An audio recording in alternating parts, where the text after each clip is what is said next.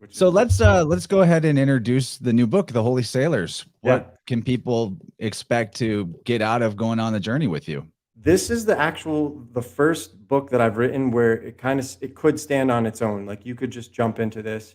It doesn't go deep into the occult stuff. It's more historical because the book that I'm about to publish, again, the sixth book, I found all this crazy information about Mexico and all this other stuff. And going back to this system, once you see it, you can see it in Mexico, like the Mexican Trinity and all that stuff, which are images of the sun, not to be confused with anything else.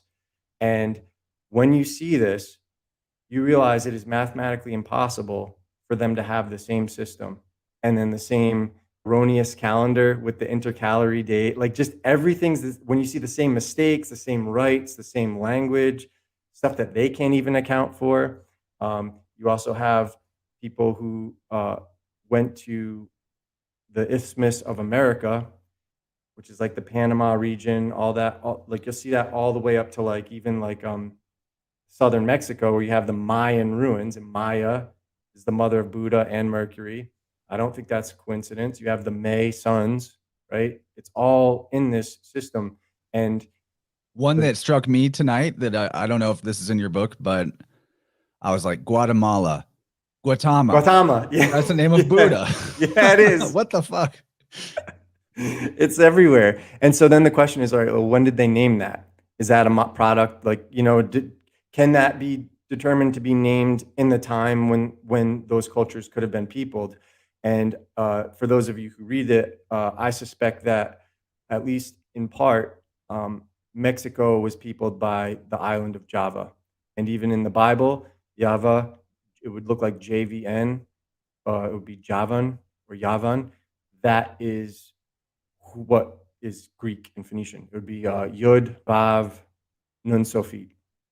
And so that Javan is Greek in the Bible. So we've heard the people, status quo, will even admit like the Ionians are maybe from Asia, and that's what became the Greeks. And then you have like these places in Ireland that St. Columba founded, or the person who was attributed to that, whatever, Iona. It's the island of Iona. And there's St. Mary's Church. And there's a whole lot of history there. A lot of the kings are buried there. And it's a tiny little island that only like a couple families can live on. And a lot of the ruling in the old days, the religious ruling occurred. That's where the orders would come down from there. That they would be governed by that small little island. And that in the Orkney Islands, these places look like jump off points to go to the Azores or to Iceland. And then from there to Newfoundland and other parts of America. And people who have been with the Indians in the Isthmus of America, they were white Indians.